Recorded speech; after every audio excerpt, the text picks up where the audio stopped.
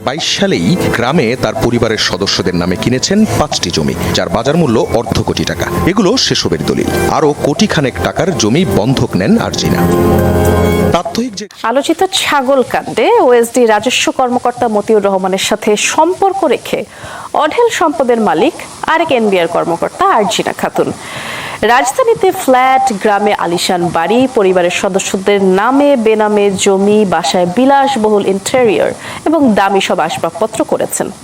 মাত্র 3 বছরে 500 ভরি স্বর্ণালংকারের মালিক তিনি, যার 200 ভরি আবার চোরাচালানের মাধ্যমে আনা। দুদকের কাছে এই অভিযোগ এসেছে। এ পর্যায়ে মতিউরের সাথে আরজিনার কিছু ফোনালাপও যমুনা নিউজ। কালকে যাই, কি বলে বের হবো কোনো পাচ্ছি না, বাসায় আছে তো। 4 তারিখ মন খারাপ হলো না একটু, মানে শুক্রবার তো কি, মানে কোনো খুঁজে পাচ্ছি না, কি বলবো। বাইরে যে যাবো আবার মাইন্ড, মানে যদি কোনো সন্দেহ তৈরি হয়। সংখ্যান ও সমন্বয়ের দ্বিতীয় সচিব এই আরজিনা খাতুন। এর আগে ছিলেন চট্টগ্রাম কাস্টমস হাউসের উপকমিশনার।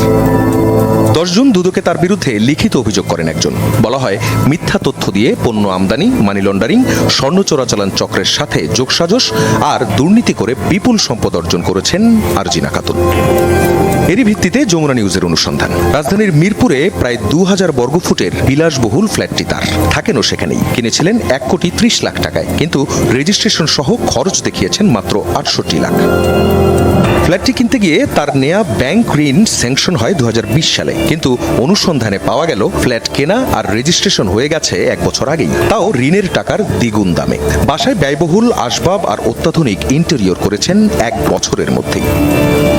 আরজিনার গ্রামের বাড়ি রাজবাড়ীর নারোয়া ইউনিয়নের তালুতপাড়া গ্রামে। কাস্টমসে চাকরির 3 বছরের মধ্যে গ্রামের ছন আর টিনের বাড়িটিকে বদলে করেছেন। যে গহনা তিনি ব্যবহার করেন তার বেশিরভাগই হীরার, যার মূল্যমান 10 লাখ টাকা বলা হয়েছে দুদকে জমা পড়া অভিযোগে।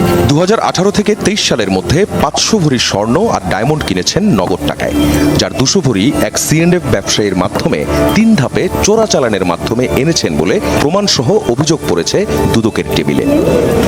2022 কি বলে বের হবো কোনো পাচ্ছি না, বাসায় আছে তো।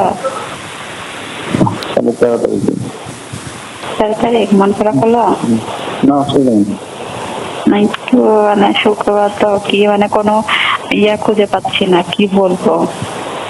বাইরে যে যাবো আবার মাইন্ড, মানে যদি কোনো সন্দেহ তৈরি হয়। যদিও টেলিফোনে আরজিনা খাতুন জানান তিনি অসহায় আর ষড়যন্ত্রের শিকার। আমার কাছে কপি এসছে, আমি অ্যাকচুয়ালি আমার এক্স হাজবেন্ডের সাথে আমার উনি একটা মামলা করেছেন, আমি একটা মামলা করেছি। আমি সব মিলে এগুলা নিয়ে আসলে আমি খুবই পর্যস্ত।